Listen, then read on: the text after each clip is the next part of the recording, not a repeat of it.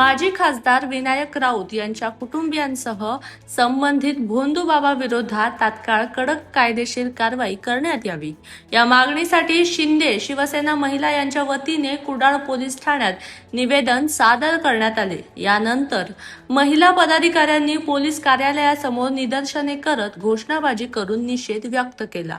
खासदार विनायक राऊत यांच्या सूनबाईने जी तक्रार दिलेली आहे, एका महिलेवर अमानुष असा अत्याचार केला गेलाय, हा खरोखर निंदा करण्यासारखी गोष्ट आहे।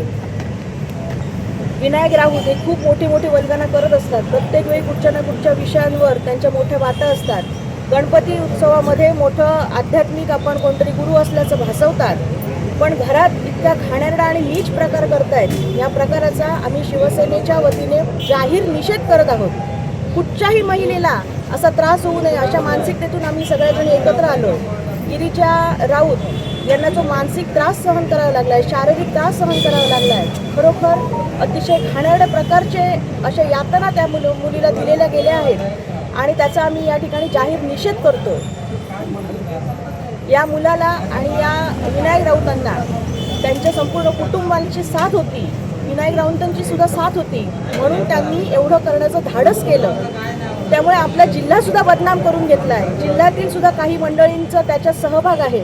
माझी अशी विनंती आहे की मी त्याप्रमाणे तशी एसपींकडे तक्रार पण दिली आहे आणि आता आम्ही सगळ्याजणी एसपींकडे जाणार आहोत की या सर्व माय लेकांना आणि या बापाला अटक व्हावी, विनायक राऊत माणसाला अटक व्हावी। ही एक समाजातील कीड आहे असं म्हणायला हरकत नाही, कारण जो घरातील संसार सांभाळू शकत नाही तो राजकारणात उजळ माथाने का फिरतोय। त्यामुळे निश्चित या माणसाला अटक व्हावी आणि अशी कुणालाही पुढे भविष्यात अशी घरातल्या एका लक्ष्मीला, घरातल्या एका कुटुंबातील गृहिणीला अशी कधीही कोणी हीन वागणूक देऊ नये, इतका तिचा मानसिक छळ करू नये आणि या विरोधात आम्ही हा आवाज उठवलाय। राजकारण करण्यासाठी आमच्याकडे असंख्य प्रश्न आहेत आणि ते अगदी उजवे आहेत। एका महिलेवर अत्याचार होतोय, त्यामुळे त्याच्यासाठी राजकारण करण्यासाठी आम्ही या ठिकाणी गोळा झालो नाही, पण त्या महिलेला न्याय मिळावा। राजकीय क्षेत्रातली व्यक्ती असल्यामुळे तिच्यावर कुठल्याही प्रकारचा दबाव येऊ नये आणि ती सक्षमपणे ह्या लढ्याला सार्थपणे उभी राहावी आणि तिच्या पाठीशी आम्ही सर्वजणी महिला म्हणून उभी आहोत आणि या ठिकाणी आम्ही विनायक राऊतचा निषेध करतोय।